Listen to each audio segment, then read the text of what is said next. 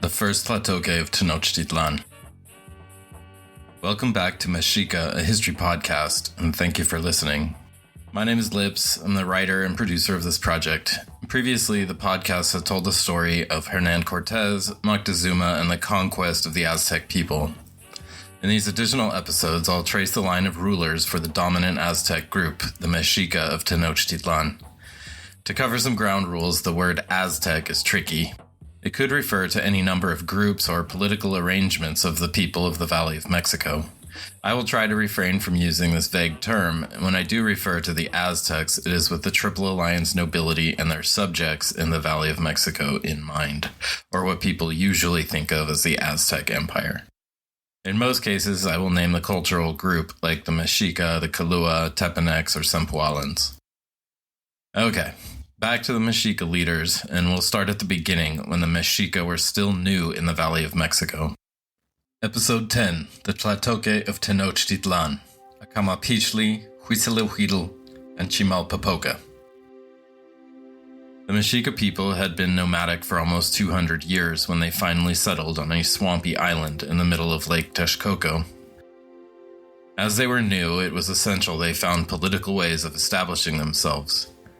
So far in their history, they had emerged from the ancestral land of Aztlan to become a vagrant clan in the valley, already well populated by Nahuatl-speaking peoples like the Kaluans and Tepanecs. They had become the equivalent of barbarian mercenaries or manual laborers, esteemed for their willingness to take on others' tasks. Once their city on the island began to take shape, the Mexica needed a noble class. Similar to European nobles, the Aztec nobles mingled amongst themselves. They were closer kin to the nobles of other cities than to the people they ruled over. The early Tenochtitlan rulers shared that original Mexica blood, but within a few generations they were mostly breeding among the noble class. In fact, it was through intertribal marriage that the first ruler of Tenochtitlan was chosen. Tenoch, probably the most well-known of the Aztlan journey leaders and the namesake of Tenochtitlan, is not considered a tlatoani because he did not have the noble blood. The first of the Mexica rulers would have a direct bloodline to nobility. Part 1. The first tlatoani. The rulers of Tenochtitlan were called tlatoani in the singular, or tlatoque in the plural form.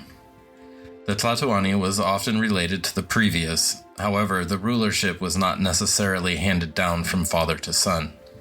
A council of nobles and elders would gather upon the death of the previous tlatoani and select the successor. Sometimes it did pass from father to son, but just as often from brother to brother or to cousins. That said, it did stay within the noble class. As the fledgling nation of the Mexica was seeking legitimacy and its migration-era leaders faded into legend, a leading man of Tenochtitlan named Opochtli married a daughter of the king of Culhuacan, the ruling Altepetl at the time. The child born of this union was named Acamapichtli, and with him the Mexica began their climb to dominance. Acamapichtli, the first ruler of Tenochtitlan. Acamapichtli was not born in Tenochtitlan and was likely a native of Texcoco or Culhuacan. His mother was Kalua royalty and his father was a Mexica noble. It was his mother that introduced noble Toltec blood into the Mexica line. It was his Toltec blood that made a person noble, akin to the blood of the gods. His name means fistful of reeds, and his name glyph, used in the many historic codices, is essentially that, an image of a fist holding a bundle of reeds. The Council of Mexica elders decided to select Acamapichtli because of his dual Mexica-Culhuacan lineage, and so cemented the political place of the newly established island city of Tenochtitlan. Acamapichtli was crowned and became the first tlatoani around 1382. His mother being from Culhuacan, the dominant city-state at the time, was a critical consideration in his election. The Mexica were then a minor newcomer in a place with thousands of years of history. They needed status. The Mexica and their sister community, Tlatelolco, fell into subjugation by Tezozomoc and the Tepanec people. When Acamapichtli had become ruler, he knew he was leading a subjugated people. The Mexica military served Tezozomoc and helped to enforce his empire. Despite remaining a tributary to the Tepanecs, Acamapichtli had set the new Mexica city up for success by expanding the island. During his reign, the city of Tenochtitlan expanded into the lake to the east, and districts were laid out to help plan the growing city. Despite tribute due to Azcapotzalco, the Mexica continued to thrive and grow. In one story from Duran, he tells how Tezozomoc demanded an extraordinary amount of tribute, including fully grown live trees, to be delivered. When the Mexica paid the tribute in full, on time, Tezozomoc was amazed. This story, whether true or some colonial myth, serves to illustrate the productivity of the Mexica people. According to Duran, Acamapichtli's queen, Huitzilihuitl, could not conceive a child, and each of the lords, including the Aztlan-era founder Tenoch, gave him a daughter. Duran tells of a slave girl so beautiful that despite his queen and many concubines, the slave girl had stolen his heart. From her came a baby boy named Huitzilihuitl, who would become a consequential tlatoani. It would be Huitzilihuitl who would finally free the Mexica from their Tepanec rulers. The Florentine Codex summarizes Acamapichtli's reign like this. Acamapichtli was the first lord of Mexico of Tenochtitlan, who had dominion of Mexico. 21 years all was quiet in the land, and there were no wars in his time. This obviously is a very oversimplified statement, as the Mexica were essentially mercenaries for Tezozomoc. Additionally, the Anales de Tlatelolco indicate he led campaigns against communities on the southern lake Xochimilco. During his reign, Acamapichtli laid out the four main districts of Tenochtitlan, including Cuauhtémoc and Meydän. Through his physical person and lineage, he established the Mexica Tenochtitlan monarchy, from which the subsequent 8 tlatoque would issue. Before his death, he also laid out the process on how the next tlatoani should be selected. A council of leaders from the 4 districts would elect the next ruler.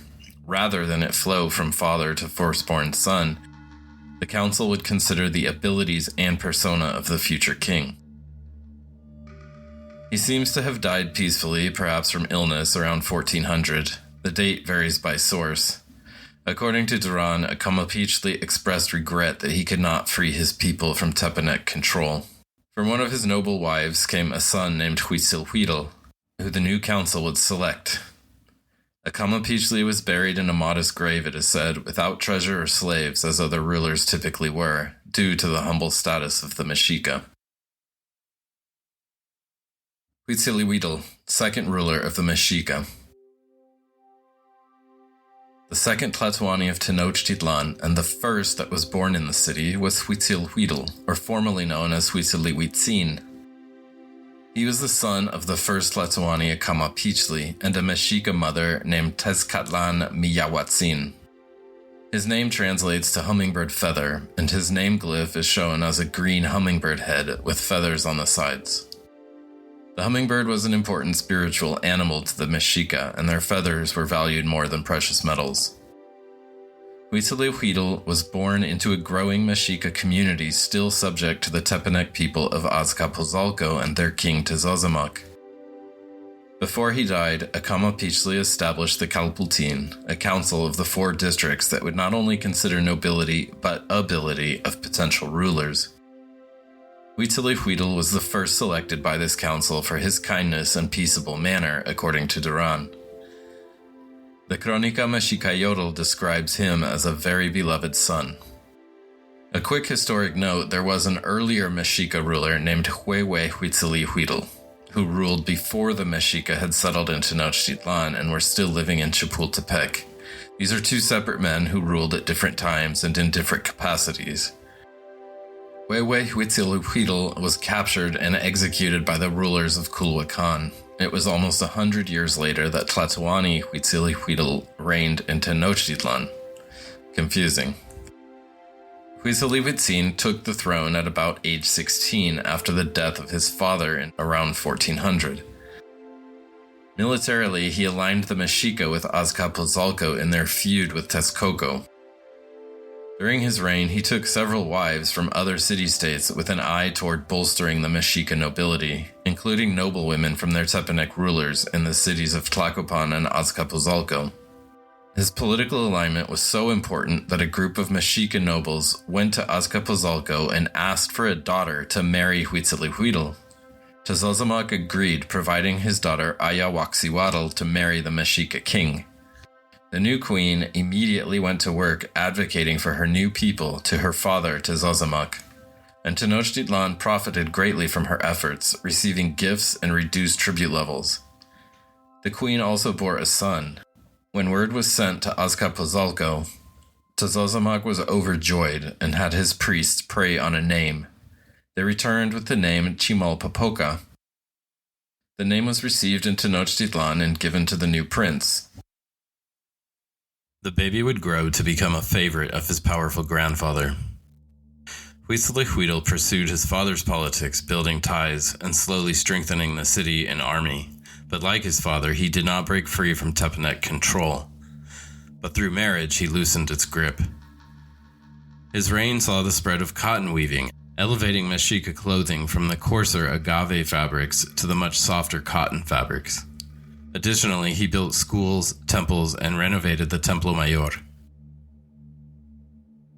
He also was known to have issued laws to codify Mexica society.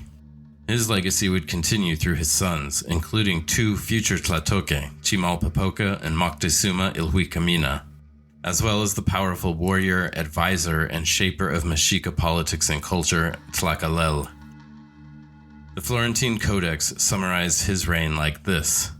Huitzilihuitl was the second lord of Tenochtitlan, the one who had dominion, 21 years, and he began the wars and fought with those of Culhuacan. When Queen Ayahuitzilihuitl died, it left the Mexica people heartbroken, as she had taken them into her heart and was their protectress. A year later, Huitzilihuitl also died, around 1417, much beloved for his growth of the city. His son, Chimalpopoca, the favored grandson of Tezozomoc, would succeed him. Chimalpopoca, the third ruler of Tenochtitlan.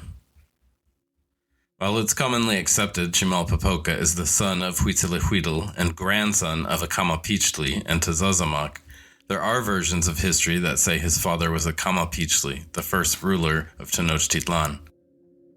It does seem he was the favorite grandson of the ruler of Azcapotzalco, Tezozomoc, according to several sources.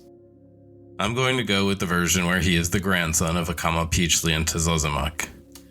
Chimalpopoca's name means smoking shield, and his name glyph is shown as a shield, or chimali in Nahuatl, with smoke rising off the top. According to Duran, he was only 10 years old at the time of his selection, around 1417. Duran's dates are often inaccurate. He was likely born in Tenochtitlan, as it's mentioned that messengers were sent to Azcapotzalco after his birth to inform his grandfather Tezozomoc. Militarily, Chimalpopoca kept the Mexica alliance with the Tepanecs, and they remained a vassal to the Tepanec capital of Azcapotzalco. After a war in 1418, the Mexica support of the Tepanecs was rewarded with the city of Texcoco.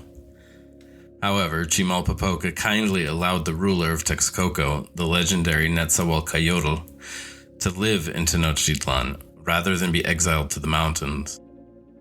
Chimalpopoca would leave a lasting imprint on his nephew Netzahualcoyotl. The Chapultepec springs and the fresh water that spilled out became an object of Mexica desire, and the nobles went to Chimalpopoca to urge him to use his favoritism with his grandfather, Tezozomoc. The Mexica king went to his grandfather and asked permission to access the water. Permission was given, but soon tensions rose between the two cities as the people disagreed about granting the Mexica water rights.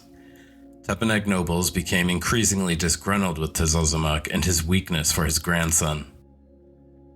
To push things further, the Mexica requested the clay and lime to build the aqueduct. Nevertheless, Tezozomoc allowed the aqueduct to be built while averting violence, for the moment. Chimalpopoca's death is shrouded in intrigue as several narratives exist on the cause of his demise. One version says that, fending off an attack by Coyoacan's ruler Maxtla, Chimalpopoca was taken hostage by the Tepanecs and taken to Azcapotzalco, where he died, either by suicide, murdered by the Tepanecs, or assassinated by his uncle Huitzilihuitl, the next tlatoani, or that he self-sacrificed. Duran claims he was murdered in his palace by order of the Tepanecs, along with his young son Teoctlihuac. Both the history of the Chichimeca nation and the Crónica Mexicayotl agree that Chimalpopoca was assassinated by the Tepanecs along with Tezozomoc to end the alliance and drain on resources. The next ruler of the Mexica would bring the sword to the Tepanecs, lacking the loyalty his nephew Chimalpopoca had to their now dead king Tezozomoc. Huitzilihuitl also had a much more grand vision for the Mexica. The Florentine Codex summarizes Chimalpopoca's reign like this. Chimalpopoca was the third lord of Tenochtitlan, and he was for 10 years. His rule from about 1417 to 1427 oversaw the building of a wooden aqueduct from Chapultepec into the city, as well as construction of a causeway to Tlacopan, both significant infrastructure improvements for early Tenochtitlan. He is remembered for the favors he garnered from his powerful grandfather, Tezozomoc. The first three Mexica rulers were marked by their relationship to the Tepanecs, a largely one-sided subjugation under Tezozomoc in the capital of Azcapotzalco. The next three rulers would be remembered for taking the Mexica to the forefront of power in the Valley of Mexico.